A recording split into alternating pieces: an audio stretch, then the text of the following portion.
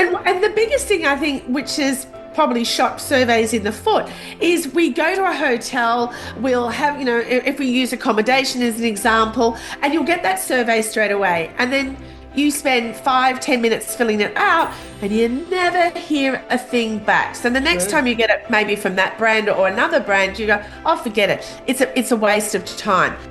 Welcome to Season 5 of the podcast, Manage Self, Lead Others with host Nina Sunday.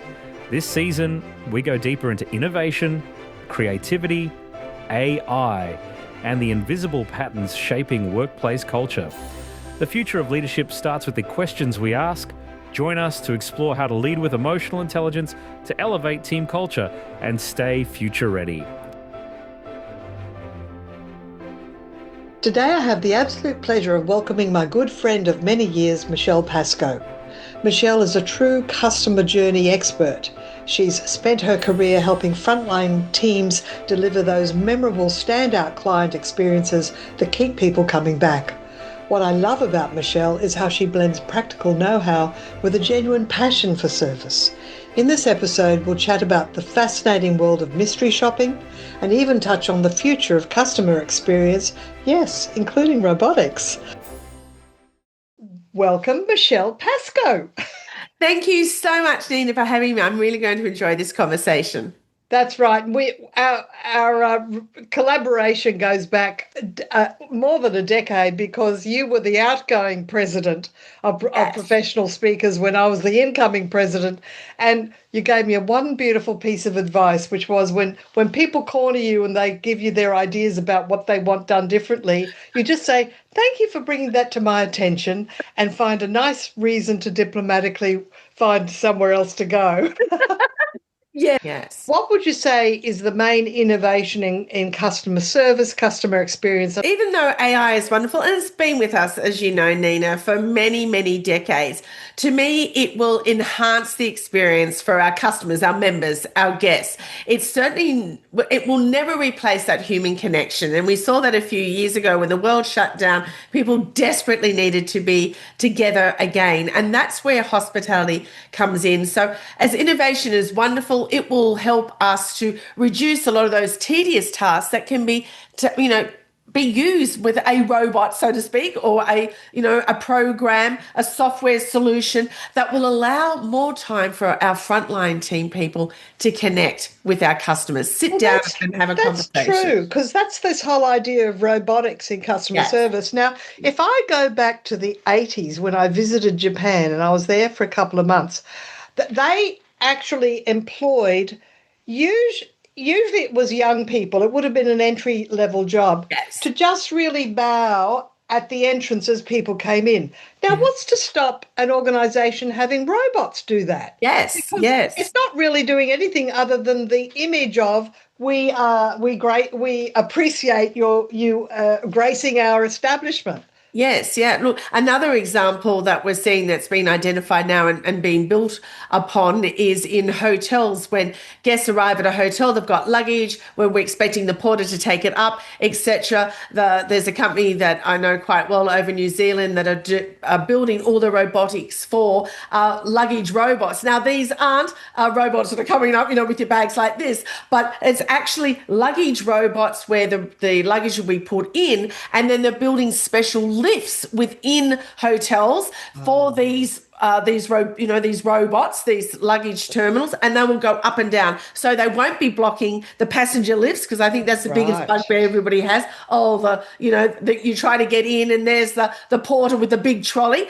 These will have their own separate lifts. But what that identifies then, and some people go, oh my goodness, well, that's the role of the porter gone. No, what the porter will still do is provide information, be more of that concierge, that connection with people, and also that person on that front desk. And that's where we see that connection between innovation and human connection. And that's what we're all looking for.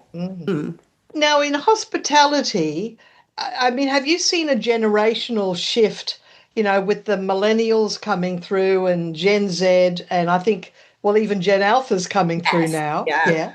So what's been your observation? It's really interesting, particularly because I do a lot of work in that multi-generational workplace, both as employees as well as customers. And as many of your listeners would know, Nina, that our Gen Zs at the moment are the biggest cohort over the next decade, both as employees as well as customers. So the biggest thing we've seen in just the last 2 years, or even less than that, is having your license on your phone for a start. That's really easy. Right. But now membership cards are now on the phone. So they Yes. can do that. It's that seamless experience. We want to get people through that front door and into the venue to enjoy a meal, have a drink, entertainment, whatever it might be. Stopping and showing your card, it becomes a barrier. So with our Gen Zs in particular, how can we provide that seamless experience? Then get them to sign up for membership through a QR code, which is really simple. They don't have to have any interaction or conversation with other people. And then it's on their phone and they just come through. It's that seamless experience. That's probably one of the biggest things that we've seen in changes in, as I said, really in that last 12 months with the adoption of this across many venues. Now, we decided that we'd uncover and reveal a little bit about mystery shopping. Yes. And I've had some experience with clients in customer service that had already had their mystery shopping report done. So are there people that have never heard the phrase mystery shopping? Look, there are, and it's quite interesting. I got into it when I first started my business 31 years ago as a trainer and frontline training. I wanted to know, how do I actually measure not only what I have trained them, but what others have trained them, what the owners or the CEO has shared with them. And so my basis has always been looking at those positive lights in the business. But you're right, a lot of people assume this mystery shopper is, and my first book was the pop collar, the dark glasses hiding behind the palm tree, waiting to catch people out. That's not mystery shopping. It may be for some, but it's not for me. And what they're doing is, there are some reports that will be that tick and flick. If you looked at a hamburger chain, do they have all the items on the hamburger? X, Y, Z, and it could be yes or no.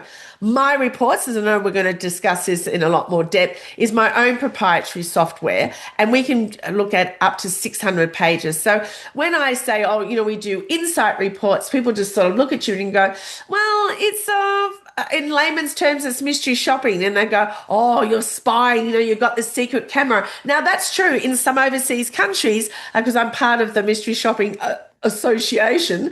There are some countries that allow filming to take place. In Australia, we're not allowed to do that unless you're a private investigator.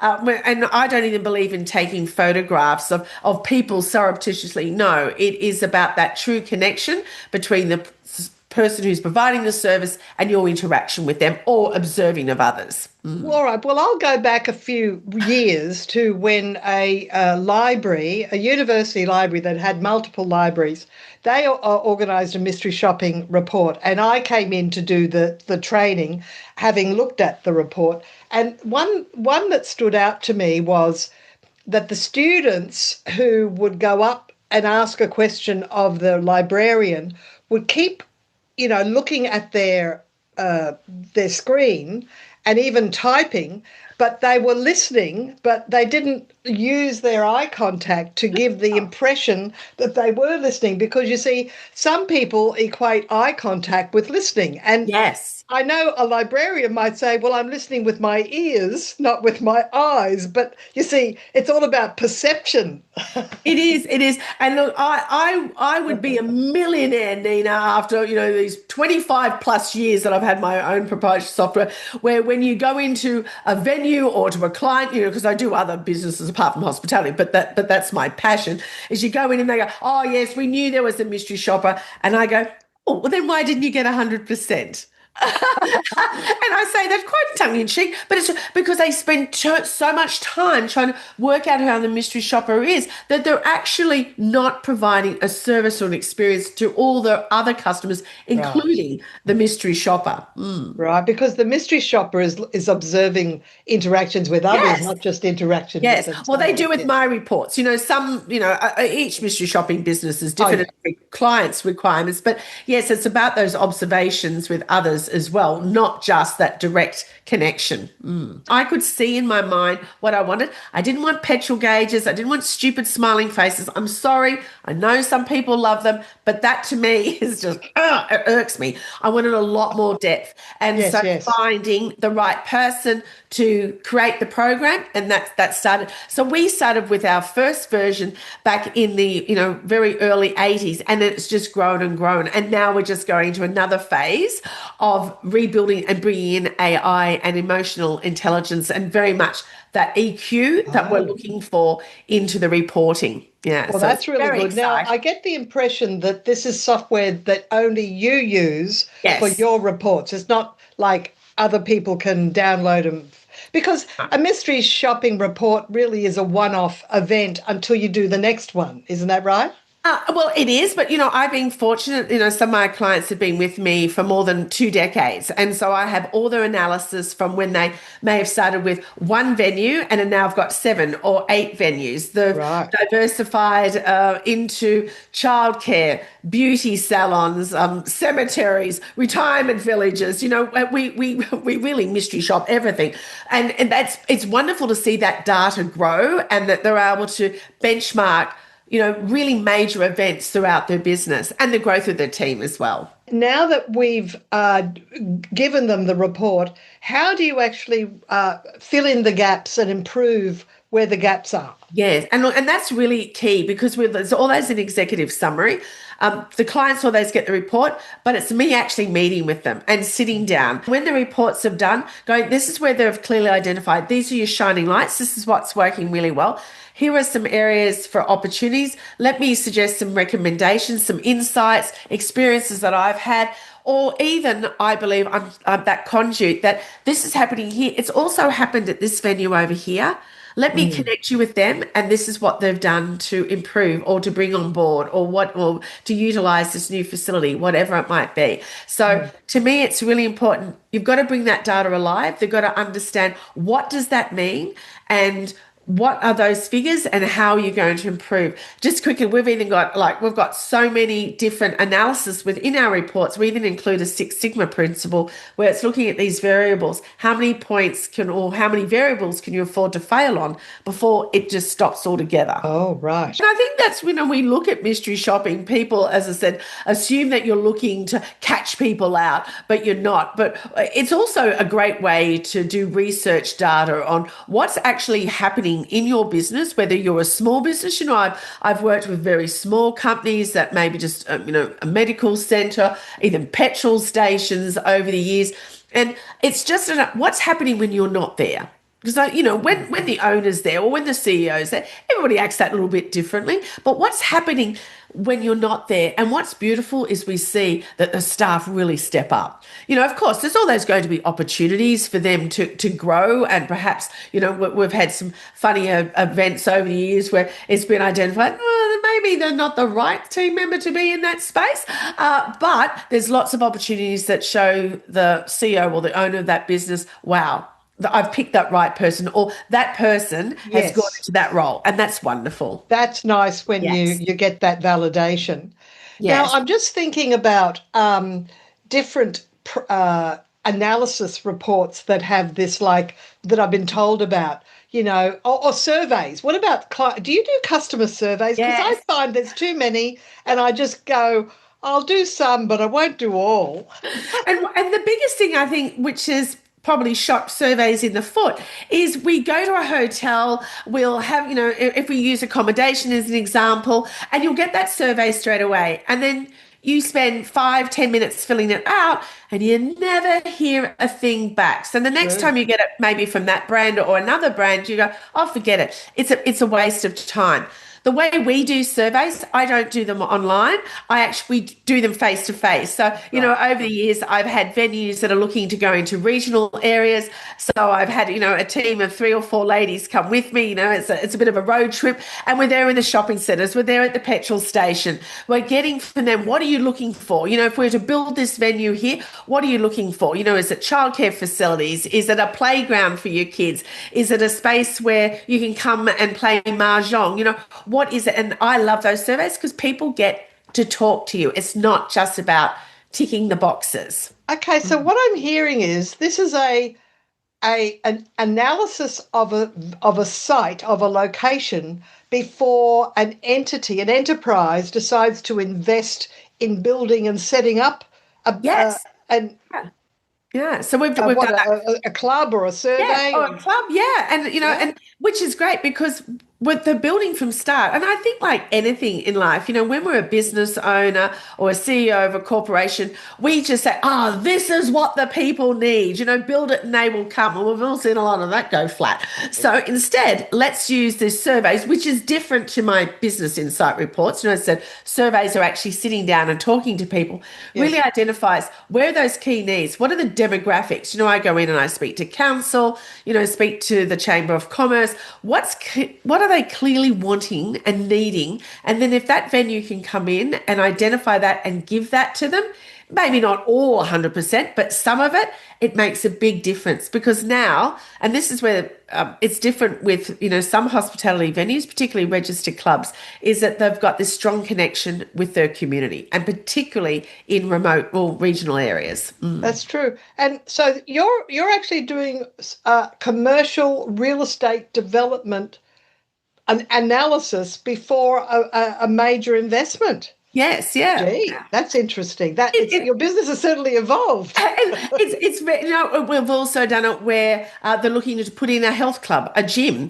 So then we would look at competitor audits. So we do a lot of those competitor Right. audits where we will go to all the gyms in the area. And remember, this is not going, oh, well, we're going to copy them. This is identifying what's working really well. Is it an all women's area, a health club? Do they need a swimming pool? Is it about children learn to swim lessons? So that's one. The other is when we're bringing in a new catering area, if we're expanding the food offering at a venue, it's okay, what's in the area? So, there are some clubs that are close to very large shopping centres that have lots of different pop-ups and different restaurants. Right. We'd identify what's there, what's missing in the market. We don't want to just copy, copy, copy. So what else what else will work in there? Also, what's the price range? What's the value? And then do we bring in external caterers that perhaps have a restaurant and then want to bring that into the venue? Or do we bring it in-house? And so we have our own chefs. But that's something we've done a lot of as well in identifying, well, what's that offering down the road? Mm. Do we select something and do it as best as we can, or do we offer them something different that people are going to say, okay, we can come and dine here maybe twice a week, and as we can still dine in these other places. So it's not taking away from the community, it's actually adding to it. Let me jump in for a moment to explain the Net Promoter Score, which is my next question for Michelle. The Net Promoter Score, or NPS, is a simple customer feedback tool built around one core question: how likely are you to recommend us to a friend or colleague?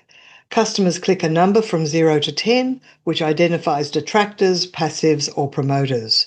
That single score gives a sense of how your service is landing and whether people leave feeling satisfied or disappointed. Many organisations include this question in a short online survey. Some run NPS themselves using basic survey software, while others bring in an outside consultant to analyse results.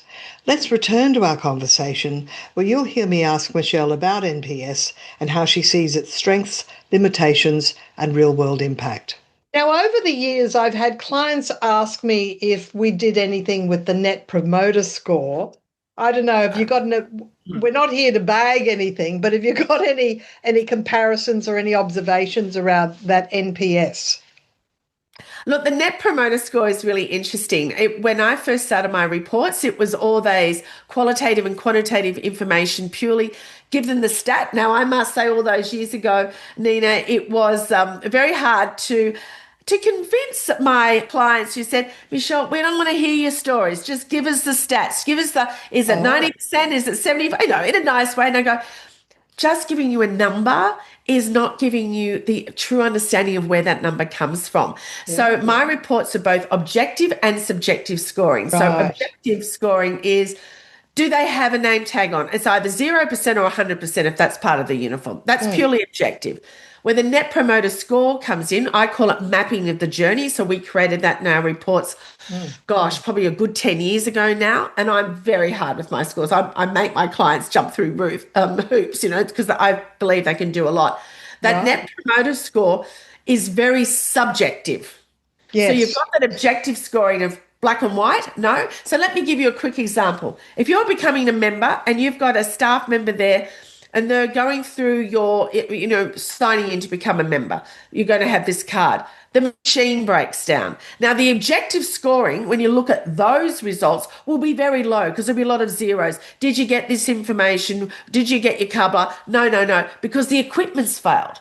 But subjective scoring, which is where the NPS in my world comes in, that mapping of journey, Yeah. blows it out of the world because the staff member was wonderful. Nina, look, I'm so sorry that our equipment has failed at this particular time. Thank you very much for your patience.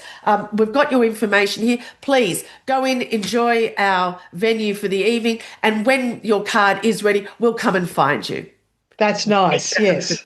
So that's right. what, you could, if you just looked at the black and white scoring, it would be, 35%. But you're thinking, wow, but the story is it's the staff member. So that's where the mapping of the journey comes in of, well, how does that staff member, how does that team member bring that interaction from being quite poor to absolutely unbelievable? Now you do conference presenting, and you Yes. can do that. Do you do it globally? Have you done I it do. overseas? Yes. Yeah. Look, I love traveling overseas. I think I can do lots of shopping. But yes, I've spoken in many countries here in Asia as well as America. I had the opportunity to speak at the largest gaming expo, which is the G2E in Las Vegas in 2019. And then we know what happened the following year. Yeah. But yes, look, I go back to America every year for various conferences. But as I said, within Asia itself, as well as Australia. And that's either speaking on the customer experience, which is absolutely key, that multi-generational workforce, which we all know that we have, and then, of course, bringing that data alive. What's the website? Oh, so my website is Michelle Pascoe, that's with an E on the end, .com. And you Lovely. can all the information there for you about what. And it'll all be in the show notes as well. And I really want to thank you for taking time out, because I know you've got a family wedding coming up. Yes. So thank you very much for making time today. And we'll see you around the traps. I'll see you next time I'm in Sydney. Certainly will. And thank you, Nina. And thank you to your audience. I hope I've given some little bit of inspiration about how they can just connect the dots when it comes to great service. Absolutely. Thanks so much, Michelle. Thank you.